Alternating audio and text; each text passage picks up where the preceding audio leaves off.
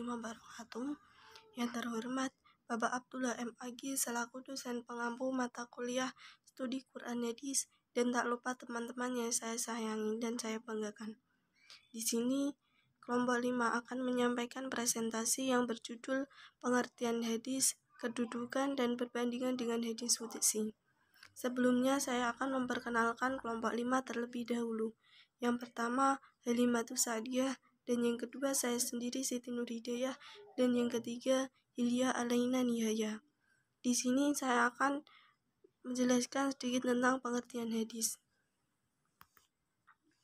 Nah, apa itu hadis? Menurut bahasa, hadis atau al-hadid berarti al-jadid atau sesuatu yang baru. Lawan kata dari al-qadim atau sesuatu yang lama. Kata hadis juga berarti al-khobar atau berita, yaitu sesuatu yang dipercakapkan dan dipindahkan dari seseorang kepada orang lain.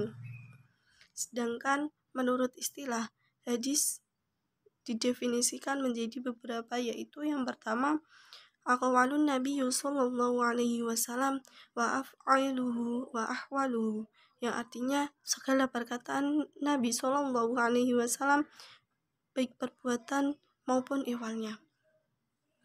Yang kedua, kullama athiru 'anin Nabi sallallahu alaihi wasallam min qawli wa fi'li wa taqriri wa sifatin, yang artinya segala sesuatu yang bersumber dari Nabi sallallahu alaihi wasallam, baik berupa perkataan, perbuatan, tahrir maupun sifatnya.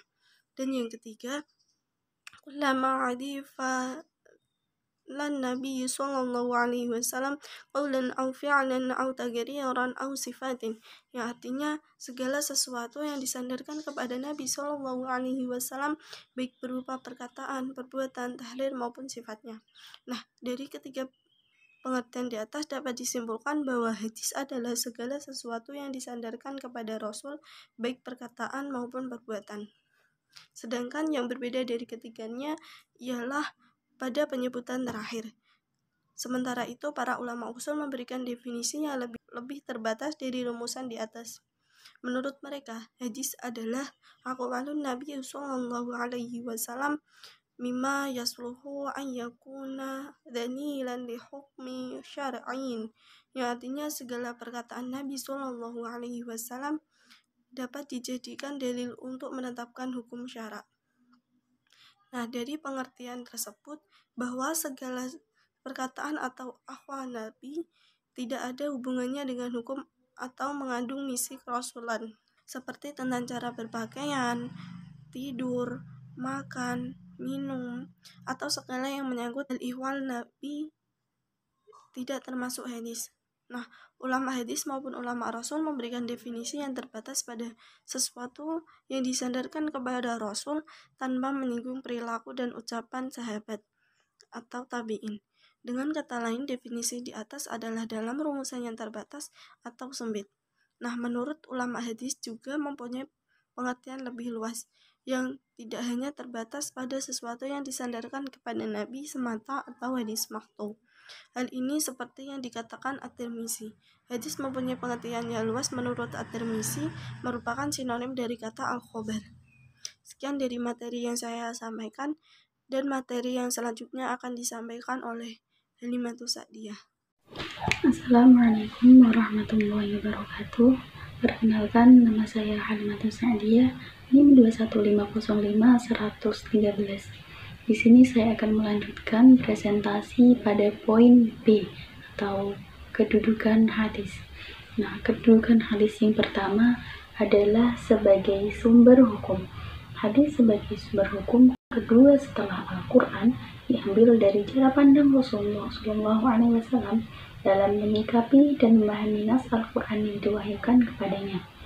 Kedudukan hadis berada di bawah Al-Quran sebagaimana yang disampaikan oleh Asy-Syatibi bahwa yang pertama, Al-Quran diterima secara qat'i atau pasti, sedangkan hadis diterima secara dhanni atau belum pasti atau tidak pasti, kecuali hadis yang mutawatir. Nah, apa itu hadis yang mutawatir? Jadi, hadis mutawatir adalah hadis yang diriwayatkan oleh sejumlah orang pada setiap tingkat sanadnya, dan mustahil mereka bersepakat untuk berbohong. Jadi di sini bisa diartikan bahwa hadis mutawatir itu sangatlah diyakini kebenarannya ya. Yang kedua, hadis ada kalanya menerangkan sesuatu yang bersifat global dalam Al-Quran. Selanjutnya, yang kedua, kedudukan hadis dalam penetapan hukum. Hadis tidak dapat dikesampingkan begitu saja karena peran hadis sangat besar terutama dalam menggali hukum dan sumber asalnya yaitu Al-Quran. Hal ini mengandung pengertian bahwa ketika tidak ditemukan di dalam Al-Quran yang berkaitan dengan hukum, maka para ulama harus sepakat untuk merujuk kepada sunnah Nabi. Sekian penjelasan dari saya. Selanjutnya, penjelasan tentang perbandingan dengan hadis qudsi akan dijelaskan oleh Hilya Alaina Nihaya. Terima kasih. Baik, perkenalkan nama saya Hilya Alaina Nihaya, NIM 21505100015. Di sini saya akan melanjutkan presentasi dari kelompok 5.